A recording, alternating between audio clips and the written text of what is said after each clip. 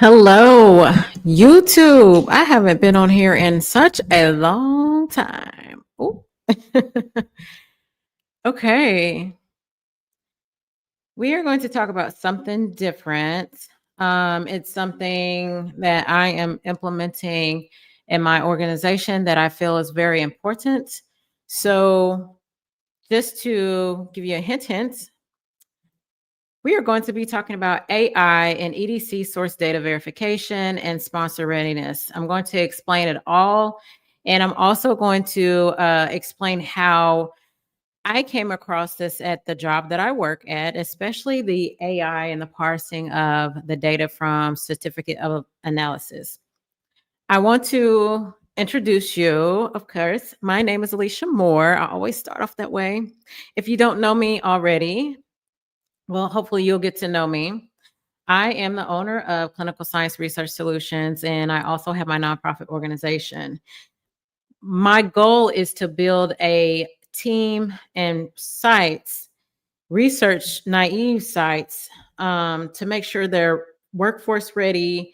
And I'm building these pipelines within that particular community so it aligns with sponsor expectations. The reality is a lot of times, let's say if you're a site owner or these are your goals, you want to make sure that you are sponsor ready and trustworthy in the eyes of the sponsor and, FDA, if you want to look at it that way, or really you need to make sure your infrastructure is FDA approved and sponsor approved. But a lot of times, some sites, they're not up to par. Sponsors, and to me the whole industry is just really tightening up on like their protocols according to the 21 CFR part 11 31252. Here is how I am going to ensure that we stay on top of our game, if you will. We stay on top of being compliant according to the FDA and being compliant with in the eyes of the sponsors and the CROs. And the way I'm doing it is by implementing AI. A lot of people are not so comfortable with AI, but if you use it correctly, AI can be a very helpful tool in a lot of ways. Parsing information, let's say from a certificate of analysis, parsing information from stability reports, or parsing information from lab reports, those types of things. It can do it within the blink of an eye. And what happens is the human comes in and performs data verification against the source document. That's something that I do at my job. It's kind of like a it is a CRA related role, performing source data verification, but my job is a little different because I'm not going to the sites. I'm actually seeing reports that are maybe coming from WUSHI or even PPD or those laboratory reports. And I'm looking at things that are called the specifications, and that's something I'm going to show you here in just a second. I'm looking at, again, the stability reports, and I am looking at, what is it called? My mind just went blank. The certificate of analysis, and making sure that the data that has been condensed, let's say whether it's in an Excel spreadsheet or within an actual report that's ready to go off to the FDA for whatever reason, it matches the data that's in the source document. And sometimes those source document pages are hundreds of pages long, but it's a way of making sure that, especially whenever it comes to the data verification using AI, it's making sure that, whatever is parsed from that particular source document has been uploaded correctly. And the AI system has read the correct entries or the correct data. Now, they call this data transcribe, something like that. But anyway, it's data verification. I like doing it, and it's very simple, very easy to use. But I will go and show you how to do it. But some of the risk, let's talk about the risk. The biggest risk to sponsors today is, well, you can look at enrollment, but data integrity. Every data error, every missing source document, it increases the risk and costs of a lot of trial portfolios. And that's something that I am mitigating or going to be working on minimizing as I'm implementing AI into my site ownership mentorship program for site owners to use. It's a little different in that particular sense, but it is a really cool tool to use. And then another thing, this is what I told my instructors. This particular AI platform, I will show you here in just a second. And then I will be having a master class that's going to actually demo what it looks like to upload the certificate of analysis into Offenda. You're going to be seeing Offenda, or what it looks like to upload lab reports into Open Clinica. That's something new that I found, a new vendor I found. By embedding like this particular AI assisted source data verification, like at the site level, you reduce a lot of the risk before the first monitoring visit ever happens. So again, I perform source data verification in a slightly different way at my job, but at the site level, I will be teaching site owners, CRCs, and other individuals that will be working at the site level, or even, CRAs, how you can perform data verification using AI. So let's go ahead. I want to go ahead and show you Offenda AI and how it actually transforms this particular process. And this is how I teach sites to meet sponsor expectations with measurable qualities. Okay, let me go ahead and share the stage. This is what Offenda looks like. I've already uploaded this particular certificate of analysis, and I've already performed the data verification. Now, with this particular platform, it's user-friendly and I love it. You can actually upload resumes and it will parse the information that you need from the resume into this area here, or actually, yes, into both areas actually. So here's the thing. Here's a certificate of analysis. Whenever you're going through and looking at it, after you have uploaded it, what will happen is, let's say the product name, what you do, the way I perform source data verification at my job with the certificate of analysis, once this particular form has been, or PDF form has been uploaded into the system, I look at the product name, whatever the product name is on the certificate of analysis. Did the AI actually parse the correct name, the product name over here? And if it did, then you can actually hover over this particular name and select correct. And another thing that we look at is the category. There are lot numbers, the storage. Did it parse all this particular information? And as you can see, stored desiccated at -20 degrees Celsius, protected from light.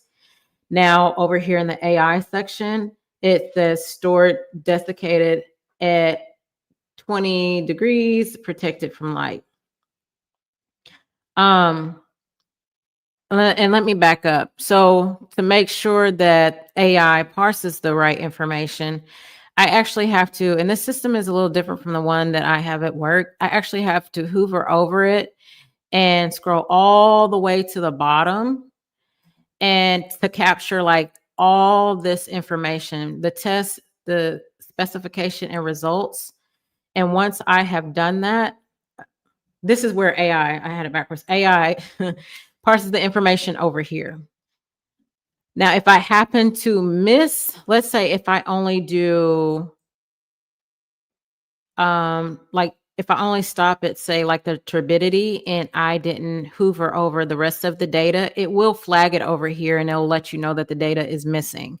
So that's whenever you can go in and address the AI issue. It's not, it hasn't parsed all the information over here. You can go in and correct it, hover over it. And then what will happen is all the data will populate over to the right side. And then you can start performing your data verification.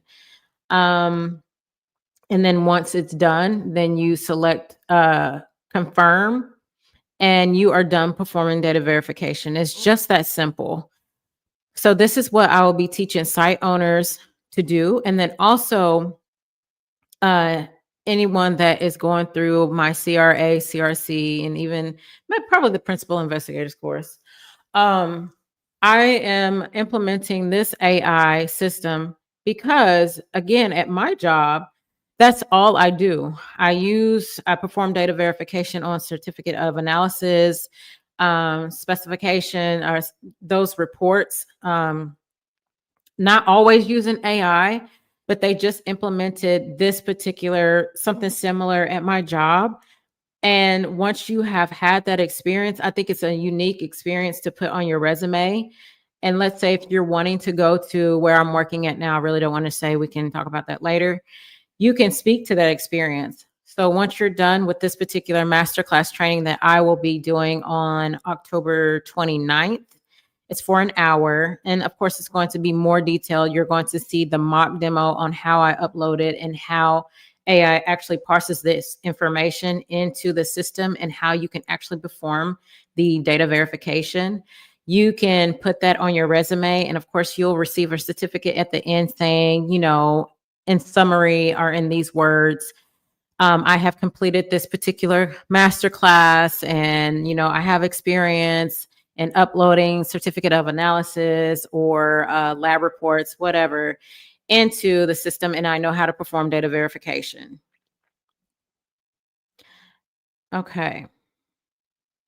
Now we are going to move into another one that I just came across, Clinica. Let's see here. Oh, and also whenever you're performing source data verification within the AI, it's creating an evidence trail that supports the 21 CFR Part 11, the compliance part. And for sponsors, it's not just about, automation. Have you verified this data, and can you repeat this process? Is it a repeatable QA process that you can actually scale? And again, this is how I will be training my site owners in the mentorship program, or aspiring site owners in the site mentorship program, and the workflow that you will be implementing. So sponsors can say, hey, I can trust what they do. I can trust their data from day one, because now you're using AI. You're not just using the human eye to perform data verification. You're using AI plus the human form. So essentially, usually a human will upload a particular document, and then maybe like the CRA will come in and do source data verification. But at this point, you are allowing AI, you're uploading it, but AI is actually entering the data into the system. And then the human eye, you're going back and checking to make sure, as I said before, that AI is actually parsing the correct information into the system. So performing data verification. And usually from my experience, I don't see a lot of errors. There was one particular one that the certificate of analysis was uploaded into the system, and the greater than or equal to sign was not parsed correctly into the AI. AI didn't parse it correctly. So what happens is, that's another thing too. Whenever you see that there is an error, you flag it, at least on my job, and it gets sent back to the person that uploaded the document, so they can actually go back in and create or correct the error that's in the in AI. And then once whoever has uploaded it again and corrected the issue within AI, because it's you can edit it. It's something similar to Offender, which I just showed you.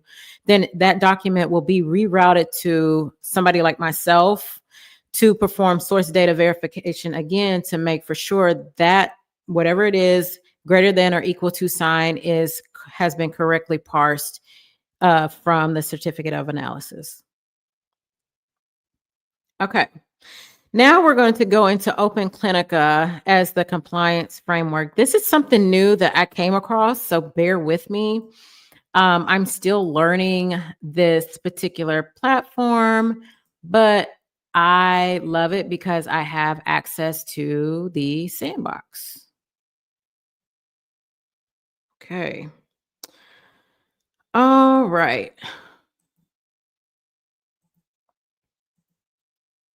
All right. Here is Open Clinica.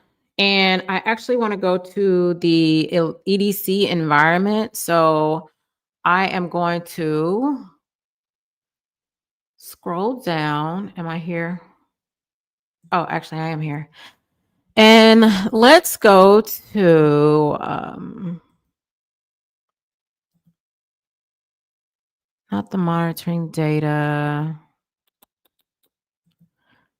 Source data verification. Let's see. Am I in the right spot? No, I'm actually not in the right spot. As I said, I am still learning this particular platform. As I said, I really like it. It's user friendly. But is it in here? I was just in here a few minutes ago. Let me make sure my screen is smaller. You can tell this is definitely not a scripted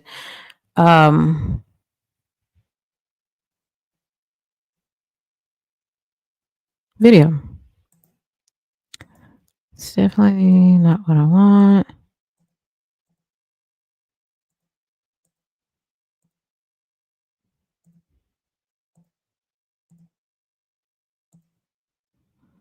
Let's see here.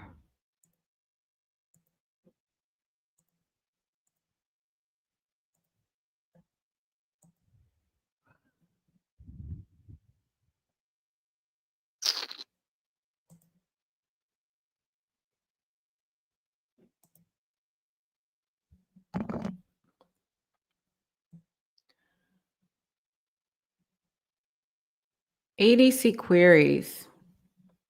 Let me make sure. This is what the EDC environment looks like for Clinica.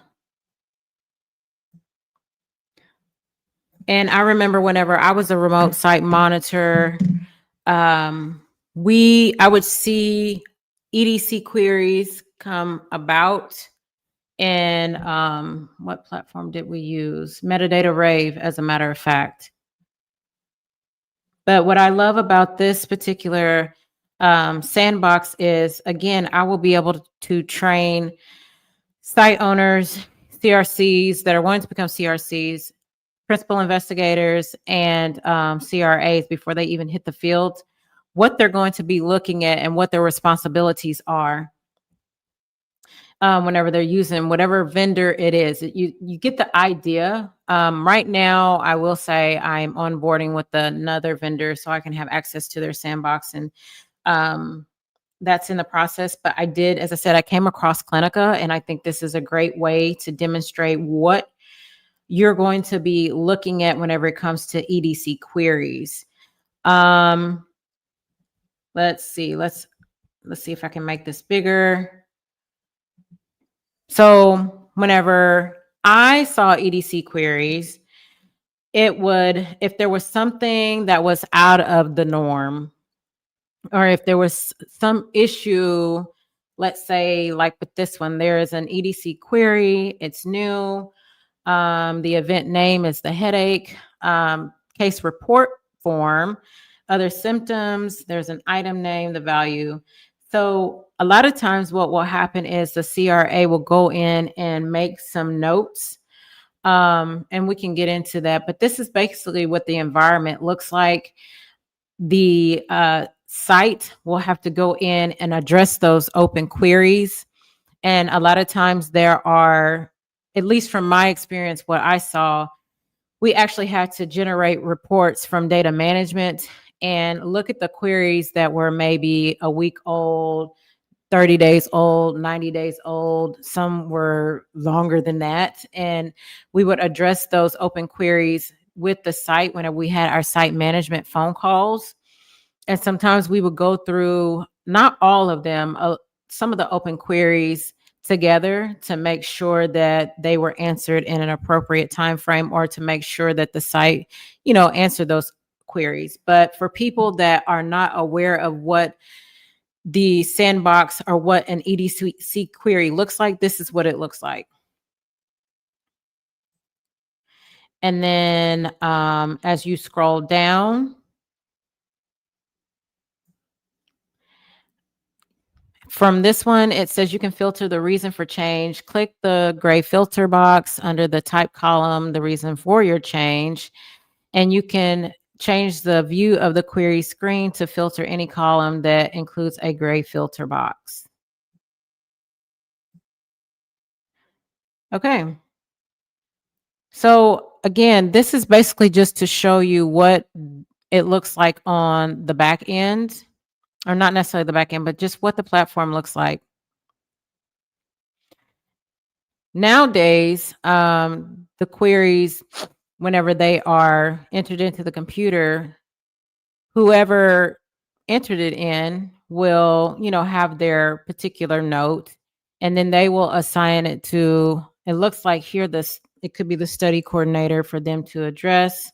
And these are just, it's like a paper trail saying that you have addressed the queries and who you addressed it to, or who, whatever the issues were. I hope I'm explaining that right. Anyway, so yeah, if you're new to this, I think this is a good platform to go through. As I said, this is new for me. And again, whenever I get ready to host my masterclass, we're going to do a much deeper dive on what that actually looks like. We're going to play around in the sandbox. So essentially, what this actually means is this integration means fewer monitoring queries, faster SDV completion, and a cleaner data for the database lock, and all of which directly affect sponsor costs and timeline.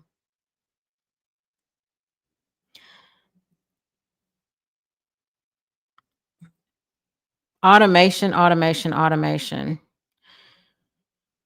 Of course, there are annotations that you can make in the EDC part, but again, this is just to show you what it looks like on the background.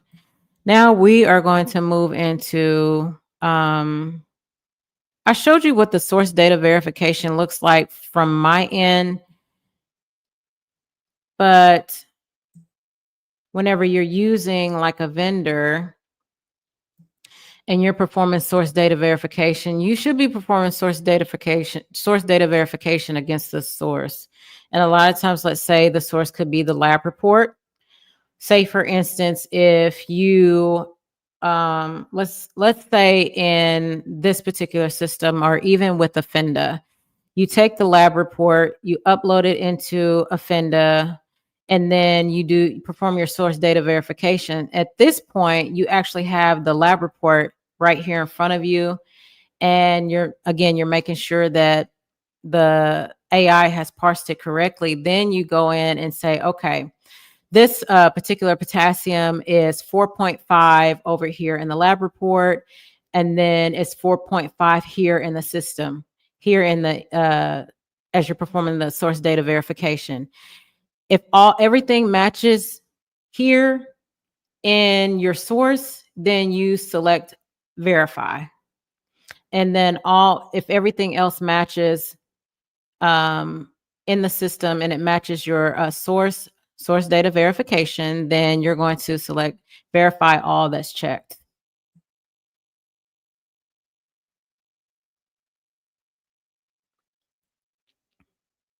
Again, shows like, hey, I've verified this adverse event.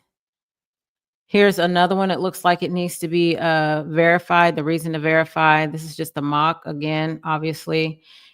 And you will check verify all checked.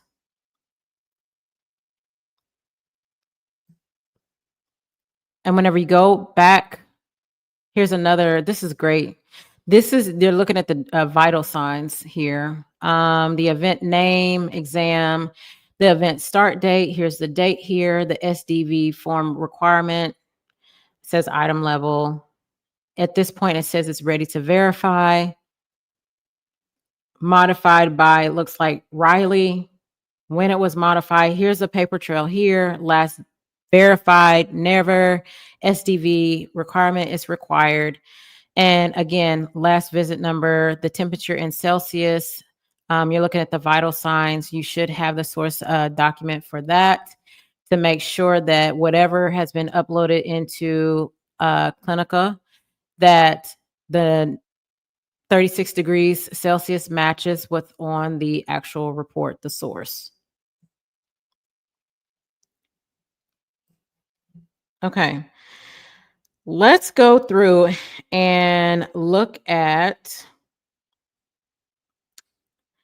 how to build and modify a study. And again, I'm still new to this, but I was so excited. I'm like, I have got to do a video on what this looks like. And essentially, basically what I'm showing you is this is what I'm implementing for my site, soon to be site owners, my educational platform, to make sure that we are sponsor ready before you even open up a site, before you even apply for a job in the clinical research space.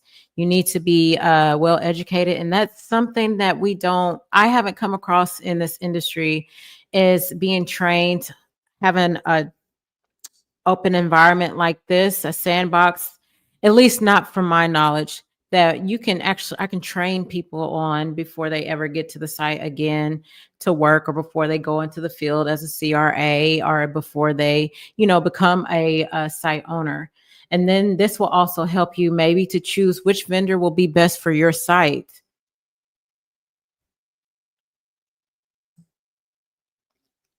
And then you won't be walking into this blindly. Okay. Let's go back. We need to go to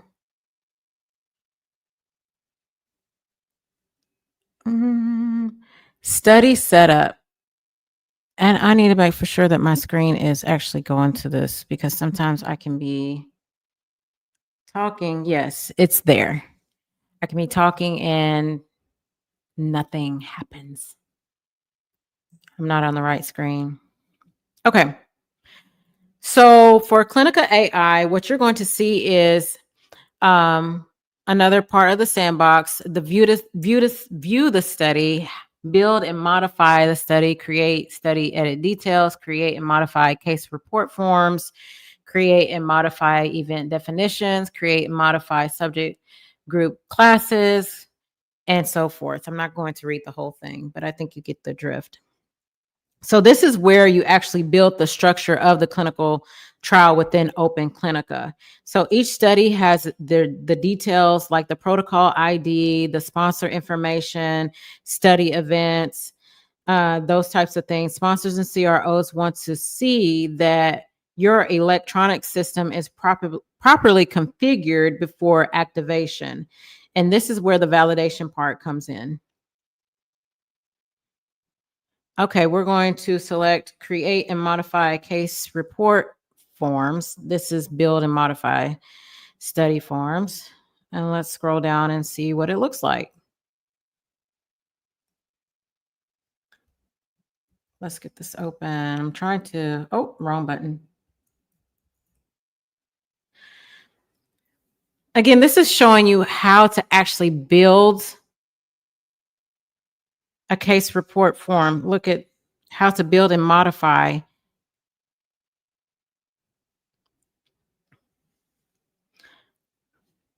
Let's keep scrolling down. Status of the study. Okay.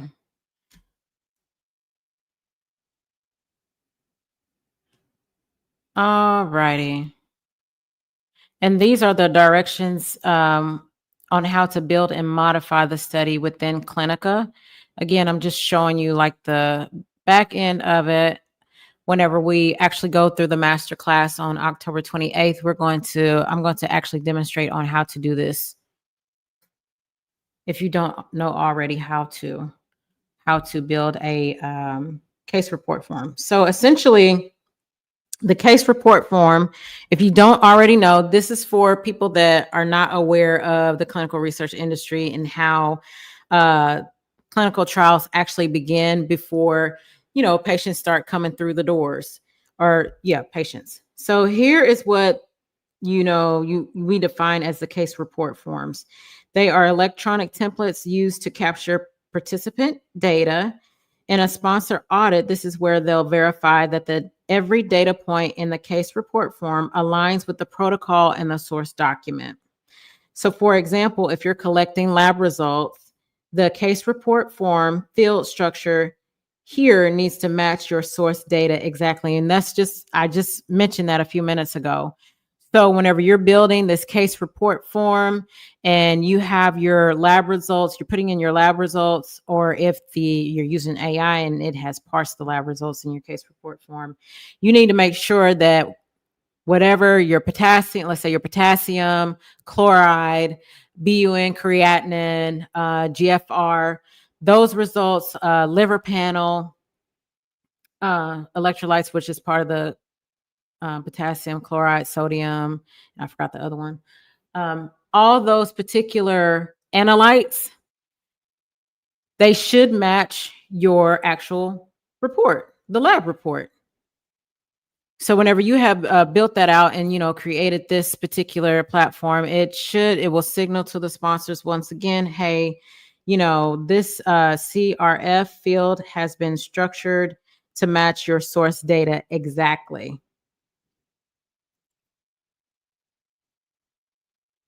Okay, let's go back. And we're going to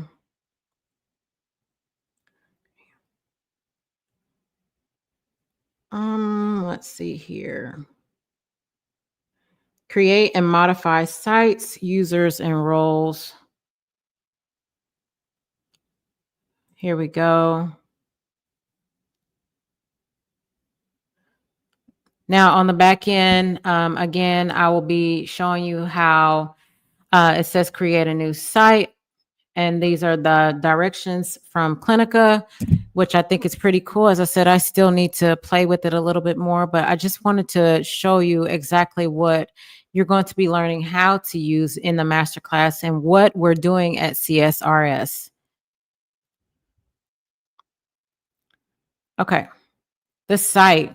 All right. So say for instance, the parent study they've got an example site name. I'll use my site, clinicalscienceresearchsolutions.com. The unique protocol ID is 12345. The principal investigator, I'll use a Dr. Sunshine in a brief summary. Then you go on to input the protocol verification, IRB approval date, the start date, estimation, completion date. How many individuals do you expect to enroll? Let's see here. Facility name and so forth.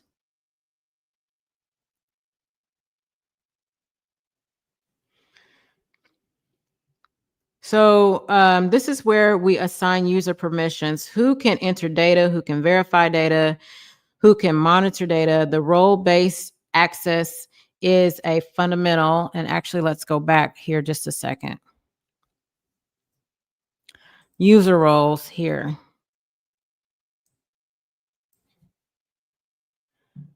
All right.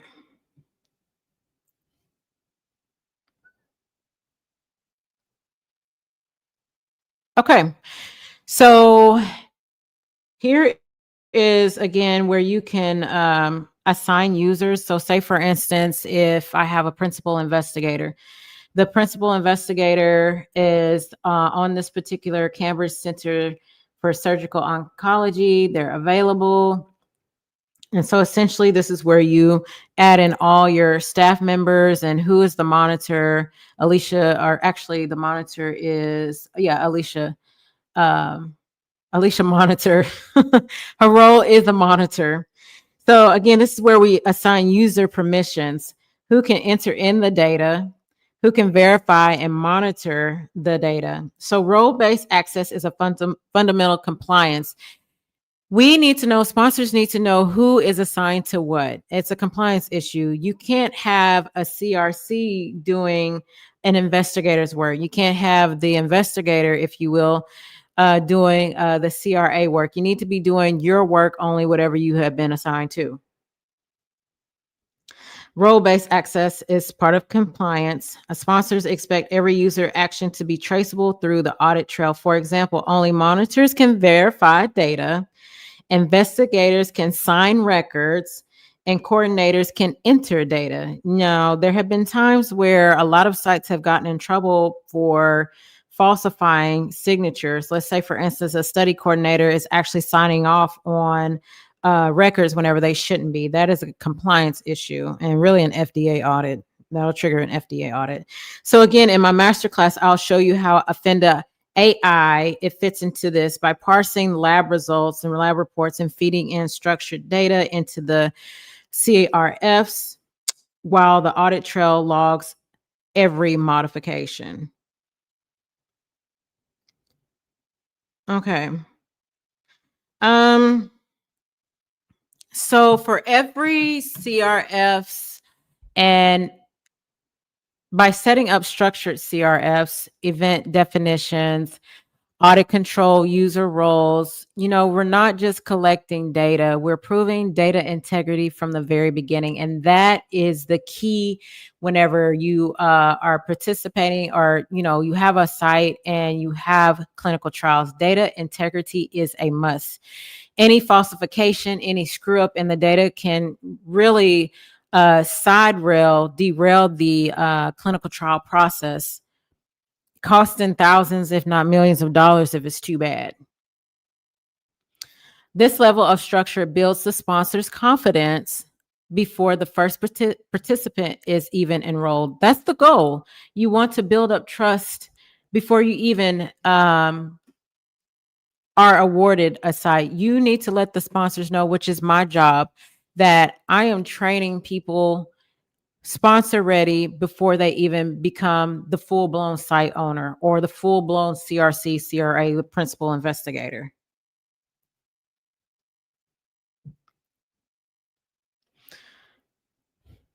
Now we're going to move into risk-based monitoring and CAPA planning. Once the data verification becomes structured and traceable, let me stop sharing my screen here in just a second. Let's remove it. And then I'm going to share.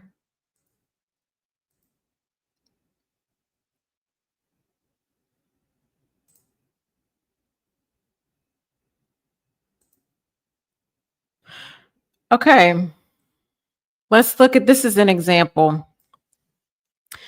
Once the data verification has become structured and traceable, it feeds directly into a risk-based monitoring model. The AI doesn't just detect issues, it documents patterns and root causes for CAPA. This is what auditors and sponsors, interpret as maturity, a site that's not only compliant, but you are self-correcting. That is transparency that can develop trust and long-term relationships with sponsors. No site, no person is perfect. Mistakes, unfortunately, will be made. But whenever mistakes are made, how are you mitigating those mistakes? Are you documenting them properly, dating it, thoroughly going over, okay, what was the cost? What's the risk?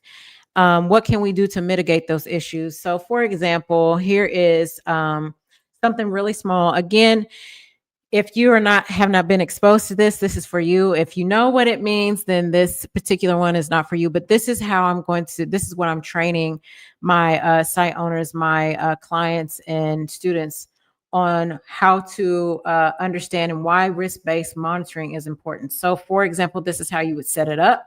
You'll have a risk area, potential impact, mitigation strategy, and monitoring frequency. Now, if there are data entry errors, let's say the potential impact is medium. What's the mitigation strategy? AI assistant SDV and random QC checks on a weekly basis. Another one could be protocol deviations, which is a high impact.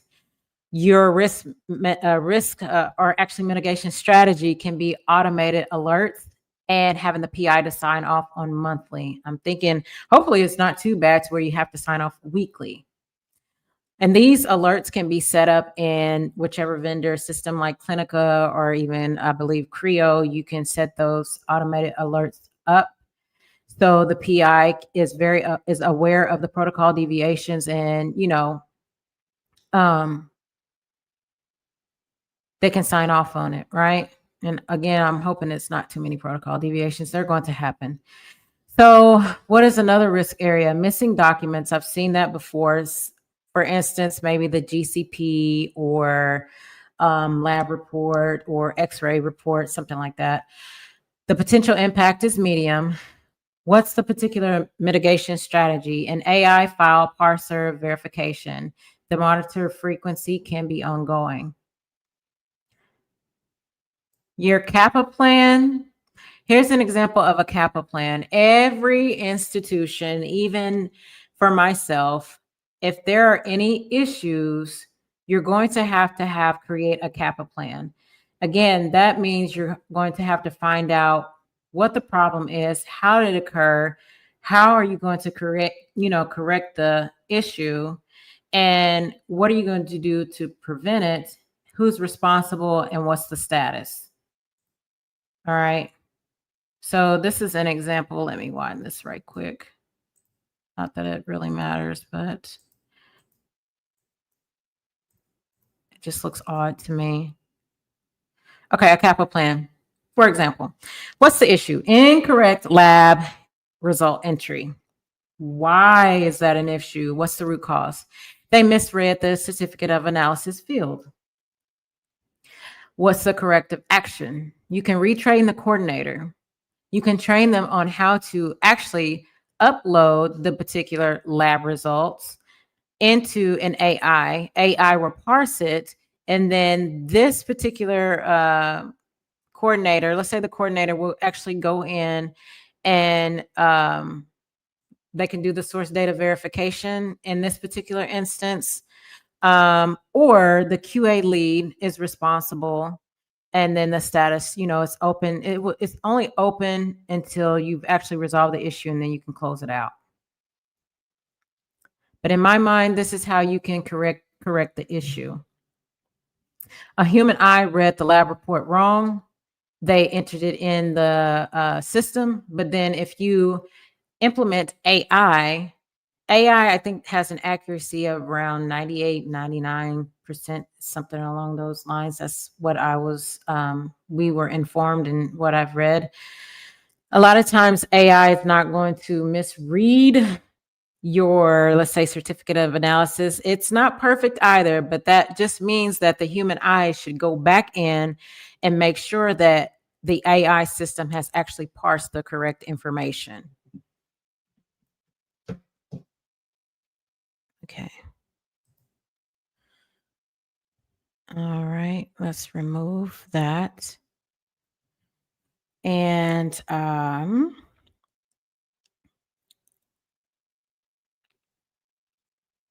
right.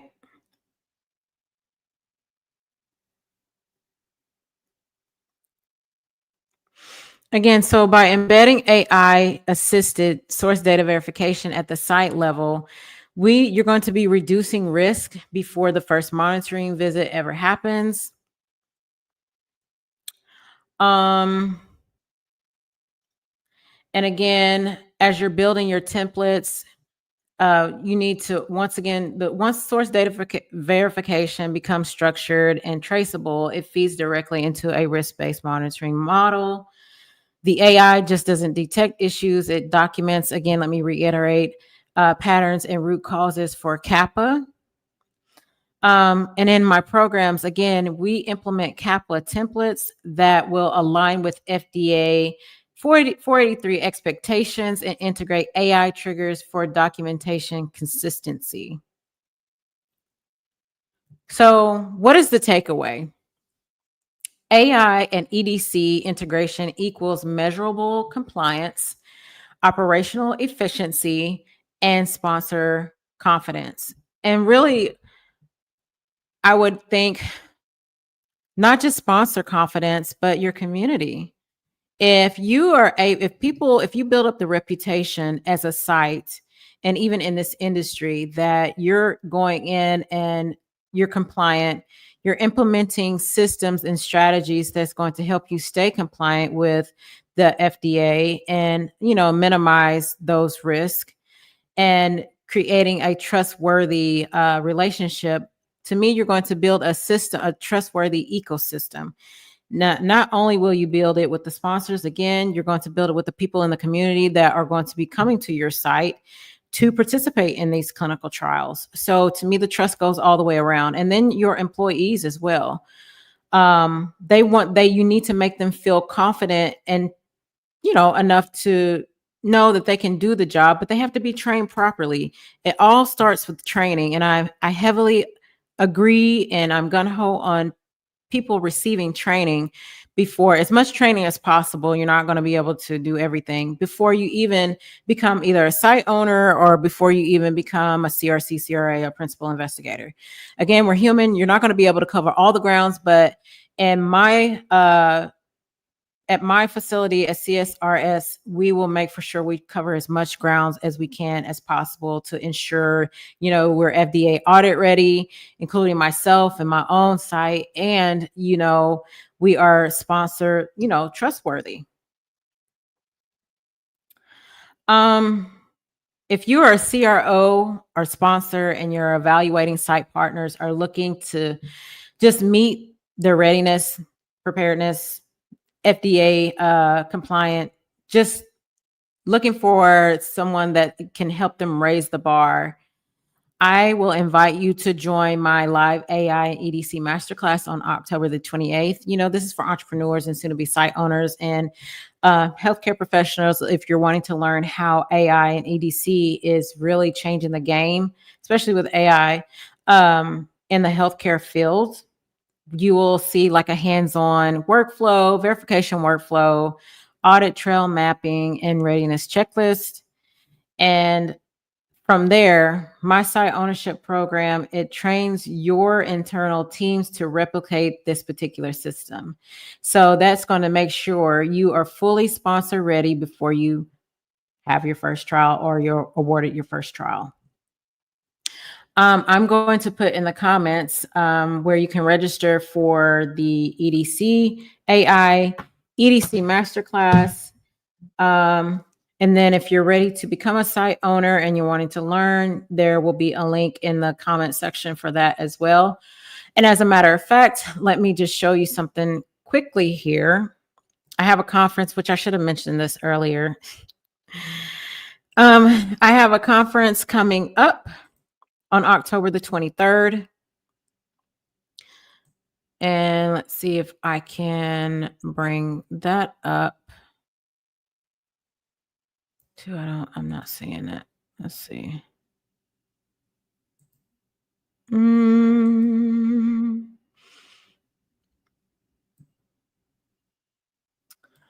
Events. Let me go to events. Oh, wrong one. Actually, no. I'm going to go ahead and drop the link for the masterclass. Again, that's on October 29th. Sorry. Here. Paste. There's the link. And then let me share their screen. All right. Here it is. The webinar is AI plus EDC source data verification and sponsor readiness. Again, this is $197. We will be hosting it on, I said October 28th. October 29th is on October 28th from 12 to 1. The 15 minutes is for an hour, but the 15 minutes I'm leaving for Q&A. You will receive a certificate at the end saying that you've been trained on this particular masterclass, that you attended the masterclass as well. But here are some of the key outcomes. Attendees, you're going to leave with an understanding on how AI bridges compliance and builds trust. I'm not going to read all of this. You're going to demonstrate, it demonstrates regulatory confidence. When the speaking, operationalize. I'm doing the speaking.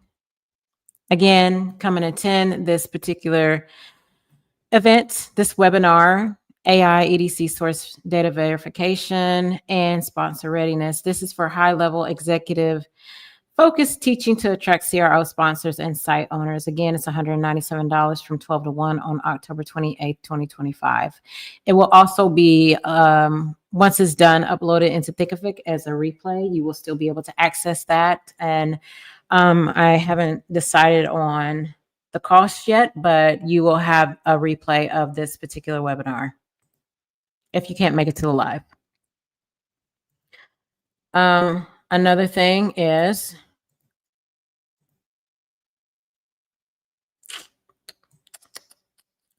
let's go through. Okay. My Jazz October Fest, Jazz Drinks and Business Growth Retreat. That is going on October, from Friday to Saturday, October 24th through October 25th. It's going to be a weekend of mimosas, masterminds, and join the momentum. It's hosted by my organization. I am Research and Wellness Foundation. And some of the proceeds will go to support the clinical research, education, workforce development, and infrastructure I'm working on building in this underserved community. But we're going to come out and have a great time, enjoy the experience. On that Friday, we're going to do some networking, spa treatment, have fun. There's going to be a jazz event if you decide to go. Dinner will be at Maggiano's. We'll have the rooftop networking if you choose to do that. So there are some options. You don't necessarily have to do it, but I encourage you to do it because that's what you're paying for. And I don't want you to walk away empty-handed, but this is what's going to be included. 6 weeks of mentorship after the retreat is over with me. You're going to also have some educational courses at your disposal. You're looking at about a $3,000 value. That is going to be included in your ticket. And then also you're going to be automatically enrolled in my affiliate program, CSRS Ambassador Program, and you can pay for your ticket. So for instance, if you are able to sell so many of, let's say, the Google Ad Grant Strategy course and LinkedIn Accelerator course, you will have essentially paid for your ticket. And the same goes with the VIP Luxury Access. You receive everything in the standard package, but you also receive, and it's not the side hustle. I changed the name to Research Entrepreneur. It's an $8,000 course, if you will. The Site Ownership Diversity Program is $35K. The LinkedIn Accelerator course is about $1,000. You will still receive the one-to-one sessions with me for 6 weeks. Again, one-to-one, and you will receive a spotlight in my newsletter series, and there's going to be some LinkedIn co-marketing as well. And again, you will be enrolled in the affiliate program. Anything that you sell, you will receive a 10% reward. There is an application that you do have to fill out. I will put this in the chat for you to have access to as well. The retreat. There are a lot of great things going on in October. Also, let's go back to my event page, and let's see. I want to go to my event page or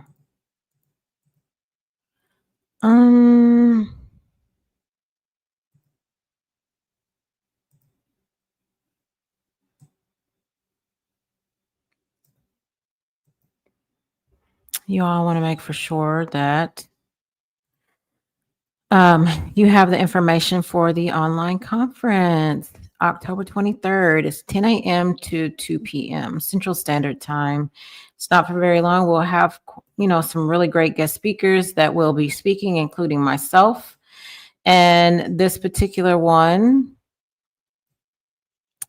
is about, I will stop sharing my screen. And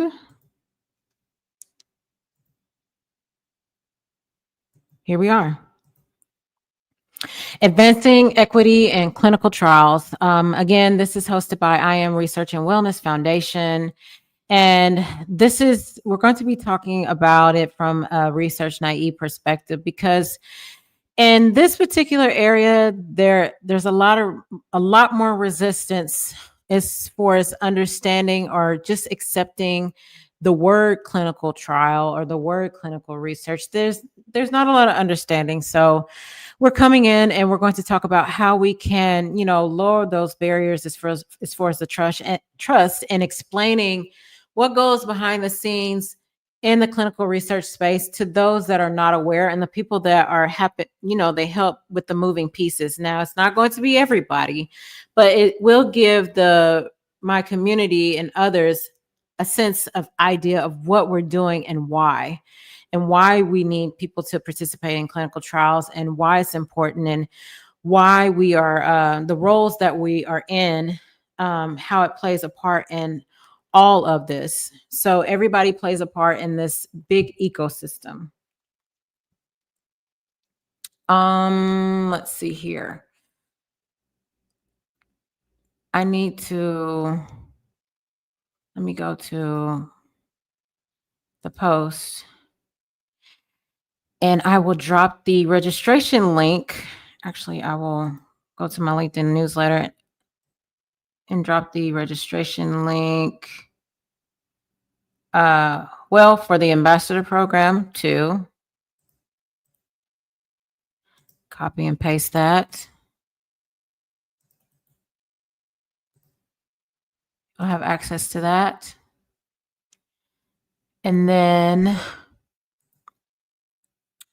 let's stop sharing. And I said I was going to go to,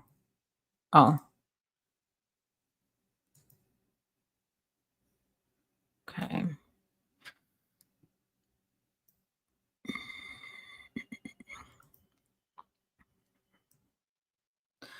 Online conference. Let's see here. Okay.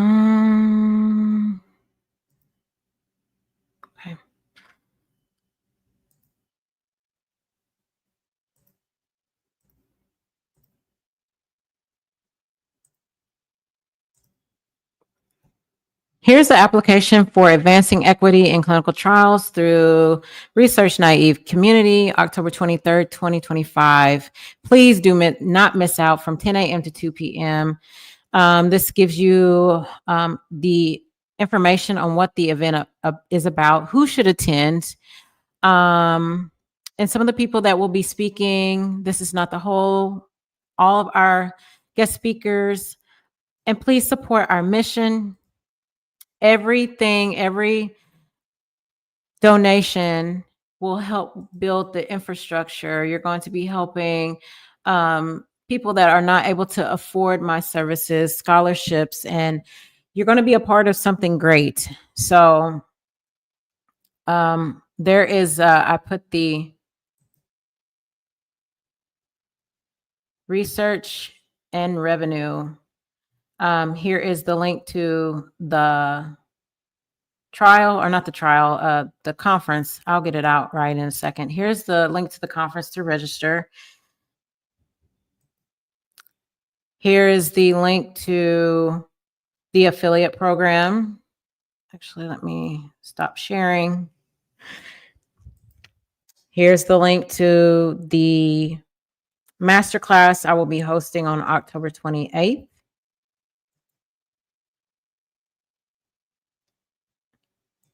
Yep, I think I put it, there's a duplicate order there, or link.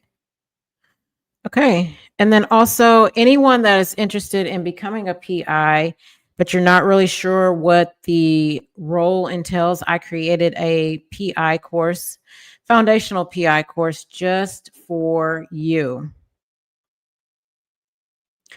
So I will, let's see here.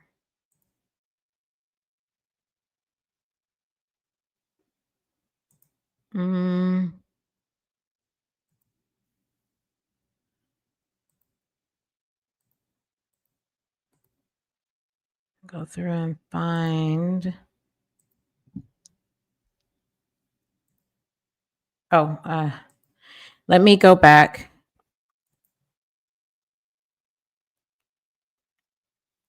Okay.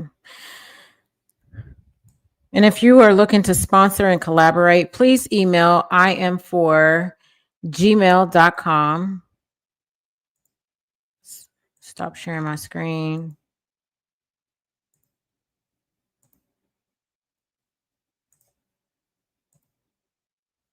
Okay. If you are looking to sponsor this event or support the mission, here's the link here. And then if you're looking to collaborate and sponsor our conference and or the mission again, please email im4health@gmail.com and we will get that information to you.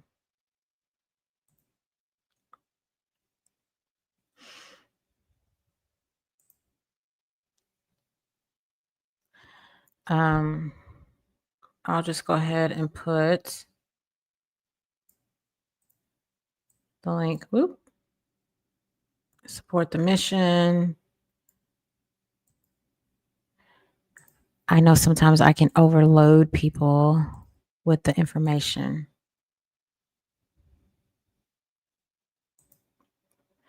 If you're looking to support the mission, here is the link. If you're looking to sponsor or collaborate, again, here is my email address, im4health@gmail.com, to request our sponsorship package. And then also, I mentioned the Principal Investigators course.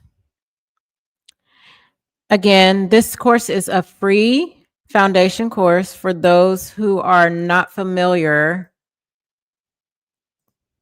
If you're not familiar with becoming a principal investigator, I decided to create that because I felt like it was important for those who are interested to learn about what it actually takes to be a principal investigator before you get to the meat of the course. It's kind of like taking an undergrad degree, getting your undergrad credits. You know, you have to get your undergrad credits before you even get to the meat of the program, whether it's becoming a medical doctor, nurse, a medical lab scientist, a lawyer.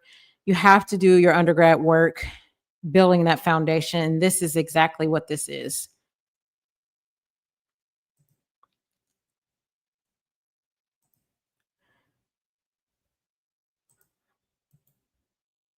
Copy.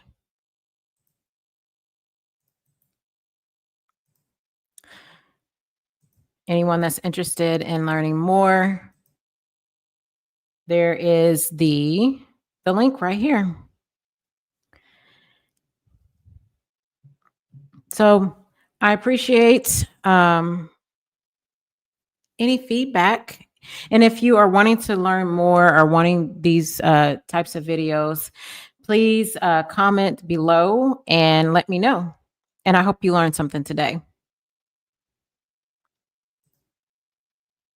And actually, let me just scroll down a little bit. As I said, it's free to enroll. And it goes on to talk about how we will be becoming a certified Creole partner. And then we are working on accrediting these courses. And also keep in mind that whenever the courses are accredited, I didn't want to just put something together and say, oh, here's a course, come take it. I want my courses to be accredited because that's going to, again, we talk about that trust factor. It's going to build up trust, like say with sponsors and CROs. And then also, even with the community, they will see that I'm not just taking a course and then wasting my money. You can actually take the courses once it's accredited, and it will apply to continuing education credits.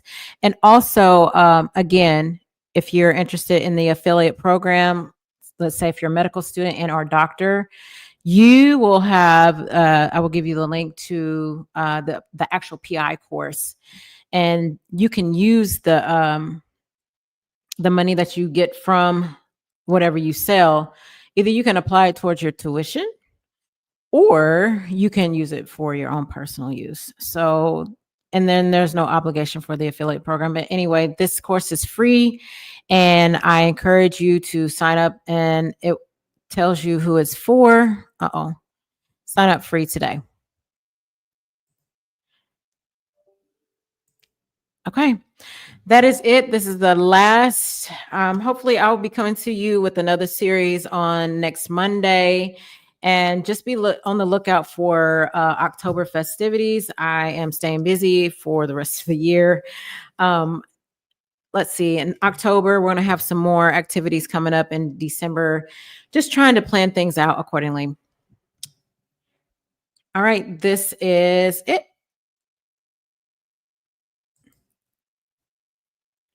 Bye.